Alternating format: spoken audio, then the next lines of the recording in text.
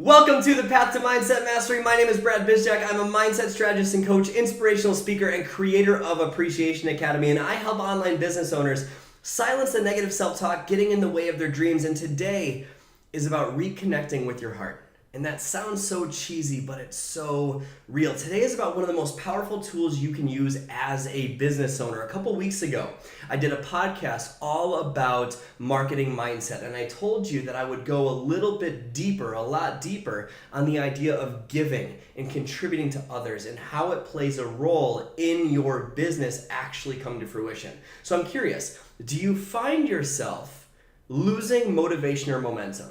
Almost like you want your business to grow, but for some reason you can't seem to gain the traction you need to create something. Almost like you have these big dreams or big goals, and you have the motivation to get started, but you can't figure it out why it's not working and why you keep losing the momentum, and you probably just keep thinking, why can't I succeed? And you constantly focus on why you can't figure it out, and it's just frustrating. Man, I felt that for a long time. I kept getting frustrated about why I wasn't succeeding, and I had these huge dreams about my business and what I could create for my life and how this could be the breaking point of mediocrity in my life. But every time I tried, it didn't work. I just felt stuck. And I kept having these bad days, like 3 or 4 days a week, and about like why I wasn't getting there or getting to where I wanted to be, and I couldn't figure out why I was stuck. And my laptop would stare at me, just begging me to change my life. And I had all the tools I needed to succeed, but I couldn't figure out what was stopping me. And it was so frustrating because I wasn't earning the money that I wanted to. I wasn't hitting the ranks I wanted to. I wasn't achieving the dreams I thought I deserved. And I was making one very critical mistake. And that's what I want to help you with today. So what did that entire story of struggle have in common with, like, just what did it seem like I was focused on? It was focused on me. It was focused on me and what I wasn't getting. None of it had to do with serving anybody else. I was selfish. It was about me. In fact, I didn't realize this at the time, but me being consistently frustrated in my business was actually a sign that I was just focusing on myself. So check out your business. Are you consistently frustrated in your business? And ask yourself, well, have I been focused on what I'm getting or not getting instead of how I can serve? That's why. So let's dive into this podcast with a question. Does your life serve others? Because if it does, motivation isn't something you'll need to find. Inspiration will come from within you. One of the main reasons we don't have motivation, or if you lose motivation or lose momentum, it's because you're focusing on yourself. Most people are selfish without realizing it. Like, they're so focused on what they're not getting, also known as expectations. And this takes the focus off of other people and puts it only onto yourself. When your primary function in your day-to-day life is focusing on what you're getting, you'll have a miserable life. But if your primary function in your day-to-day life is what you're giving, you'll have a very fulfilling, very happy life. Now, this isn't saying you shouldn't take care of yourself. You absolutely should take care of yourself. But think about this when you set goals in your life and your business. Like, why do you do it? Is it money? Is it time? Is it to look cool? Is it to create something bigger? Or do you say it's to grow into more? The goals we set don't mean anything by themselves. What we care about deeply without seeing it is the person we're becoming along the way. That's what we're going to care about most when we're on our deathbed. And if you don't feel like you're growing, you're going to feel like you're dying inside. This is why we hold ourselves back from big goals. When we do that, we feel hollow and empty inside if we hold ourselves back. It's because we're not pushing ourselves to grow, so we feel dead inside. But when you grow, don't you feel fully alive? And when you feel fully alive, what do?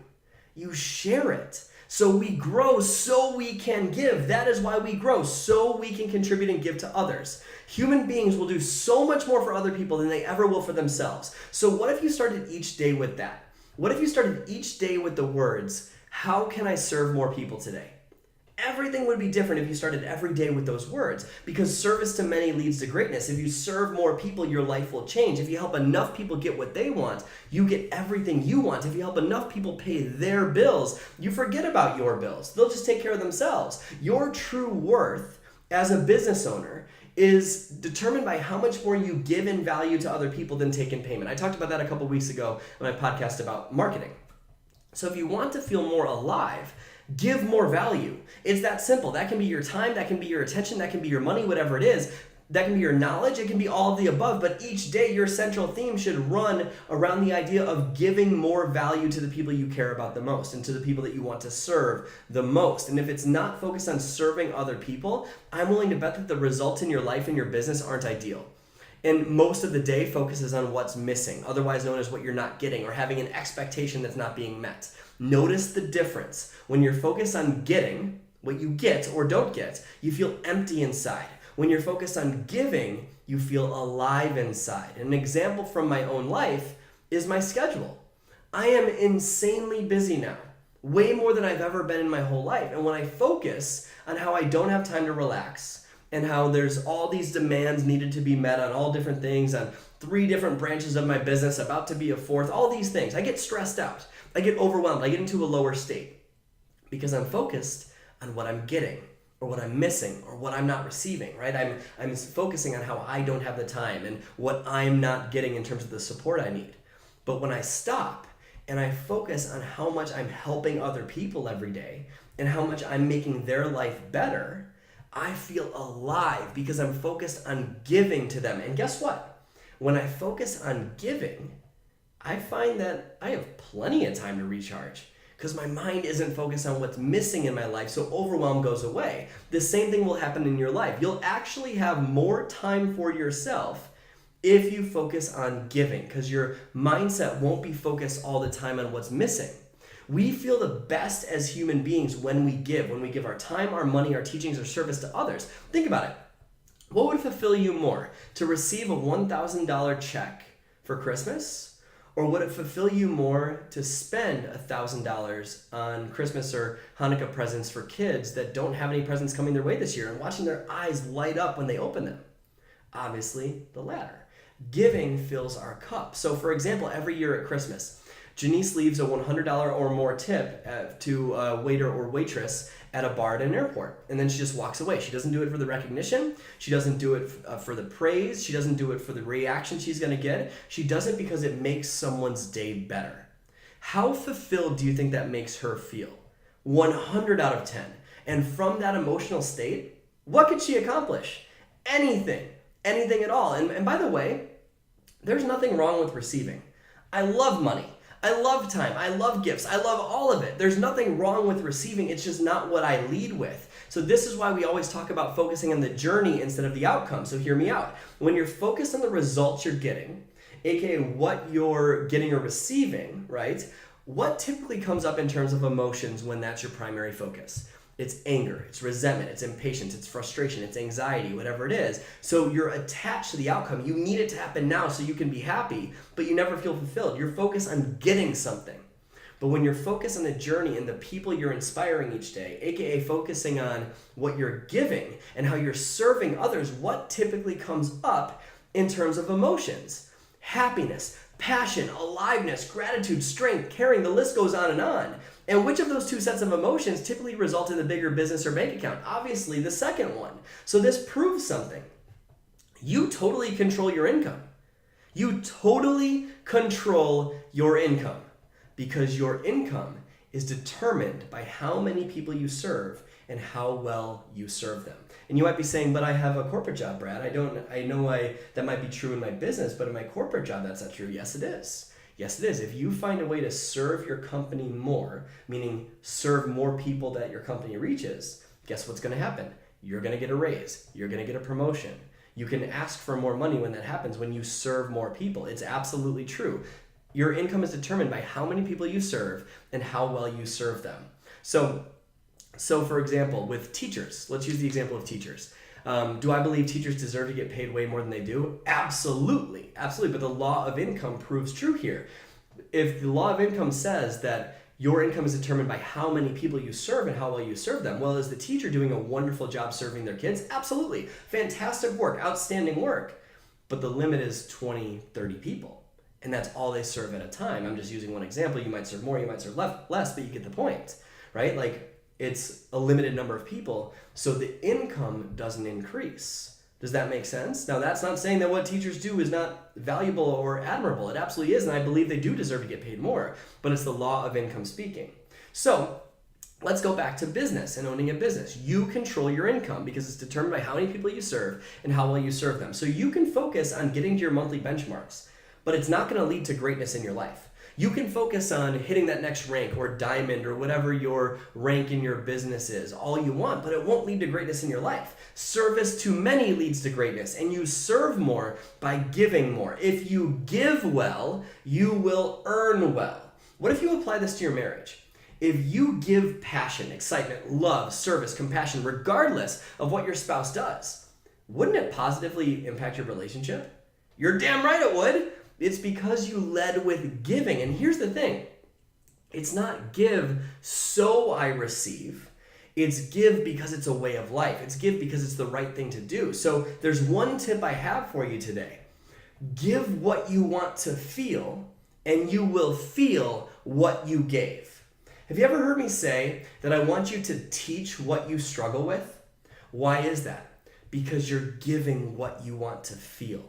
If you are struggling with confidence, you're giving what you want to feel if you're teaching it. If you give what you need to learn, you'll learn the skill so fast because you share it with others from a beautiful state. And this is how you influence people, by the way. Your influence is determined by how much you place other people's interests first above yours. That's how you influence people. So let's use the example of teaching confidence because you struggle with confidence. If you do that, are you focused on your needs or the needs of others? Others. And you inspire them from sharing this and their life changes. So you've successfully influenced them by placing their needs above your own, by teaching what you need to learn. But if you were to focus on not having the courage to share this confidence skill with people because you're not confident, are you focused on giving to others, or are you focused on what people will think of you? Whose needs are being placed first? Yours. Yours are, not others, yours. And so you don't inspire other people, you don't inspire anyone, and you don't have influence over them. So your influence comes when you place their needs first. Above you being perceived in a great way, you try to help them, and they'll feel that. So if you want to be influential in people's lives, place others' needs ahead of yours. And here's a challenge for you. Start teaching what you struggle with most. If you struggle with anxiety, teach people how to overcome anxiety. If you struggle with emotional overeating, teach people how to break through it. You'll be blown away by what happens. Blown away. That's what Appreciation Academy is. It's what I struggled with the most, teaching people how I was overcoming it. And it led to influencing other people and inspiring them to change their whole life. So most people just share the top level bullshit instead of what's actually going on and what they're actually challenged by. And that is why they don't have influence over other people. It's why they don't inspire people. It's why your Facebook and Instagram seems forced. You gotta place their needs ahead of your own. And you can do that by being vulnerable enough to share your challenges. By other people's needs, I mean, what do they actually struggle with? It's not a 5-day clean eating challenge. It's not just a 5-day whatever challenge. It's not any of those little mini groups that you put together, a water challenge, right? That's not actually what people struggle with. Is it actually hard to learn how to drink water? No. Is it actually hard to learn how to eat healthy? No. The information is everywhere. It's the challenge that they're actually facing isn't the 5-day clean eating. It's believing that it's possible for them to be the best version of themselves or something along those lines. If you look internally at what you are deeply challenged by, chances are you'll find what other people need the most. Just focus on that for a second. If you look internally at what you're deeply challenged by, chances are you'll find what your audience needs the most. And this requires insane vulnerability, by the way, because the most valuable gift you have to offer is yourself. So often we think about, when we think about what we're giving, we think about donating money or volunteering time, and those things are giving, absolutely. But giving isn't just about that. Giving is also giving all of who you are. For example, if you do a post, but you hold back because of fear, does it help someone nearly as much? No. Giving is what starts the cycle. People will feel a difference. The more you give all of who you are, the more it comes back to you. So you have to let giving drive you instead of getting. Because if you're focused on what's missing from your life, you're only focused on you. You're focused on what's not working. You're focused on the results you're not getting. And so what do? You stop. And so you never receive anything, and you start to get in this state of learned helplessness, and you believe that it doesn't work for you, and that something's wrong with you, and that it won't matter what you try, and that it won't work for you. But really, you are the one that stopped the momentum because you were focusing on yourself. So it's not true. All those things aren't true. The only thing that's wrong is that you're focusing on what you're getting or not getting instead of what you're giving. When you switch the primary driver of your life to giving and contribution to others, the results don't matter nearly as much because your action is what fulfills you instead of the result. And so if you don't get someone to sign up, are you affected by it nearly as much? No, not nearly as much. So do you stop taking action and lose momentum? No. So what happens? You get better results. So write this down. Results are a result of not basing your happiness on the results. Results are a result of not basing your happiness on the results. So many people just let the results drive them. And are results important? Sure, absolutely they are. It's just not what you lead with, because you can change your approach. You can try something new to get new results, but let the journey drive you. Let the actions drive you. Let the person you become drive you. Let the person that you're helping drive you. So real quick, something you need to understand is that receiving is not bad. Receiving is not bad. It is not bad to earn money. It is not bad to rank advance. It's not bad to have those things. I don't want you to get that from this talk. It's just not what you lead with. So the key to effective giving is being open to receiving. It's not I'm going to give so I get the money. It's not I'm going to give so I build the business. It's I'm going to give because it's the right thing to do, and I'm open to cool shit happening along the way. That's what it is. So back to the original question I started this podcast with. Does your life truly serve others? Is the intention of your life to make others' lives better? When that answer becomes a consistent yes, your life will change forever, because all the goals in the world will not mean anything if you are not giving to other people. This is why there are so many people with money but no happiness. That is not success. If you see someone that's financially successful but they don't have happiness, they're not actually successful. They are a failure. True wealth is measured in your character. It's in here. It's in your heart. And rock solid character is someone who puts their primary focus on making others' lives better. Make your primary driver contribution to others' lives. The money, the freedom, all of it are just a byproduct. But make others' lives better and your life will naturally change, because service to many leads to greatness. Help enough people get what they want, you get everything you want. So thank you for diving into the path to mindset mastery today. If you struggle with this, like you logically know these concepts, but it's not wired into who you are, it's because you have inner conflict that's stopping you that needs to be resolved, which is why I strongly recommend diving into Appreciation Academy. Strongly. You can find it at appreciationacademy.com or on my website. And for anyone listening to today's podcast, if you use the promo code PODCAST, in all caps, one word, you get a 50% discount on that program. All you got to do is head to appreciationacademy.com and use the promo code at checkout for either the payment plan or the full pay option, and you'll get 50% off either of those. So thank you so much for tuning into the Path to Mindset Mastery today. Share this podcast with your team. Screenshot it. Share it with your Instagram stories. The more people that hear it, the more lives we change together. So thank you so much for being here. My name is Brad Bizjack. Go out there today and every day and live your life with a genuine smile on your face. I'll see you next week.